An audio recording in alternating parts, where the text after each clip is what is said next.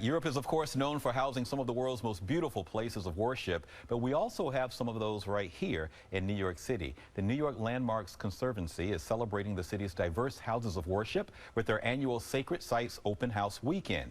Here for more is the Landmark Conservancy President, Peg Breen. And Peg, hello. You all are 50 years old this year, right?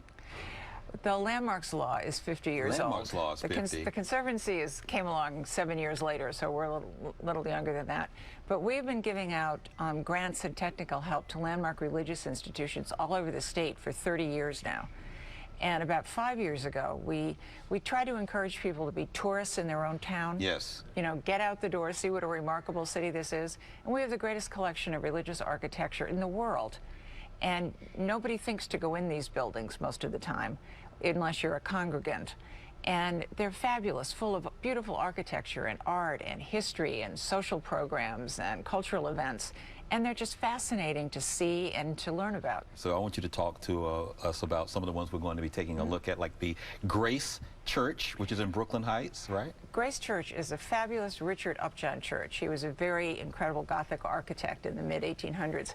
And they've just done an incredible restoration. And the interior of this church has been brought back to all the original decoration. You know, it's just fabulous, and it's breathtaking to go in and see that. Now tell me about the Flushing Meeting House. This is, to me, the most remarkable building in the city. It was built in 1697.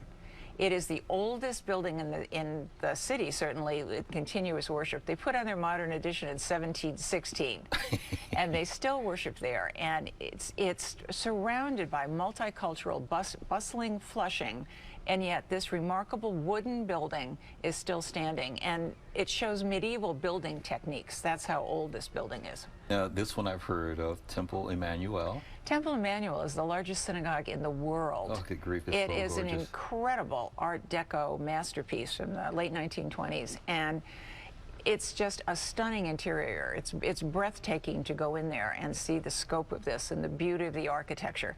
And they're wonderful about giving tours, and they love to show this building off. And they'll be open this weekend. And it's really, if you were in Europe, you would go hundreds of miles out of your way to see this building. Just go to Fifth Avenue. Right. Speaking of, Right. St. Patrick's. Everybody knows St. Patrick's, but I will bet you almost no New Yorkers go there unless they are specific congregants, because it's just there. You know, how many people go to the Statue of Liberty or Ellis Island after you lived here for a while? St. Patrick's is a fabulous cathedral by James Renwick. They're doing a gazillion-dollar restoration on it, both inside and out.